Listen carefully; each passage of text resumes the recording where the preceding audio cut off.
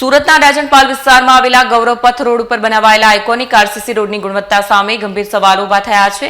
કરોડો રૂપિયાના ખર્ચે બનાવાયેલા રોડમાં માત્ર 7 થી 8 માસની અંદર જ મસમોટી તિરાડો પડતા સ્થાનિકોમાં ભારે રોષ જોવા મળી રહ્યો છે। સુરતના રાજનપાલ વિસ્તારમાં આવેલા ગૌરવપથ રોડ પર બનાવાયેલા આઇકોનિક આરસીસી રોડની ગુણવત્તા સામે ગંભીર સવાલ ઉભા થયા છે। કરોડો રૂપિયાના ખર્ચે બનાવાયેલા રોડમાં માત્ર 7 થી 8 માસની અંદર જ મસમોટી તિરાડો પડતા સ્થાનિકોમાં ભારે રોષ જોવા મળી રહ્યો છે। સ્થાનિક લોકોના જણાવ્યા મુજબ રોડના એક બાજુ ભાગ બેસી જવાની સ્થિતિ સર્જાઈ છે, જેનાથી અકસ્માતની શક્યતા પણ વધી છે।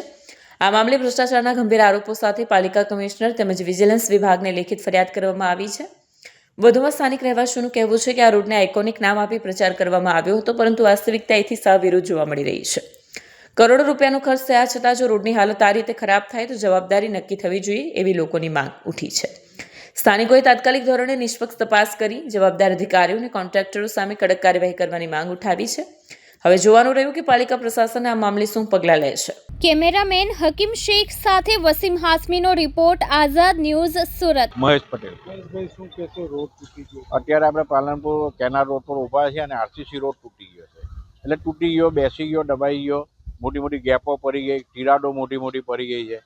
અધિકારી અને કોન્ટ્રાક્ટર બેની મિલીભગત, એટલે બેના વચ્ચે પૈસાની ભાગ બતાવી, ભ્રષ્ટાચાર, એના કારણે તૂટી રહ્યો છે।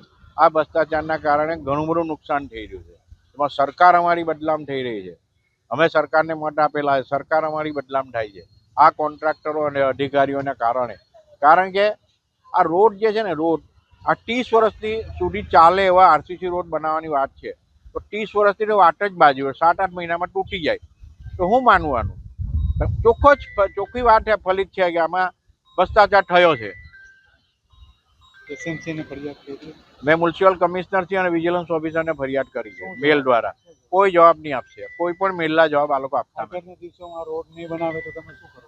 તો હું મુખ્યમંત્રીશ્રીને ઉપર રજૂઆત કરીશ અને નહીં માનશે તો ગામના લોકો સાથે ભેગા મળીને આંદોલનની યોજના કરીશ।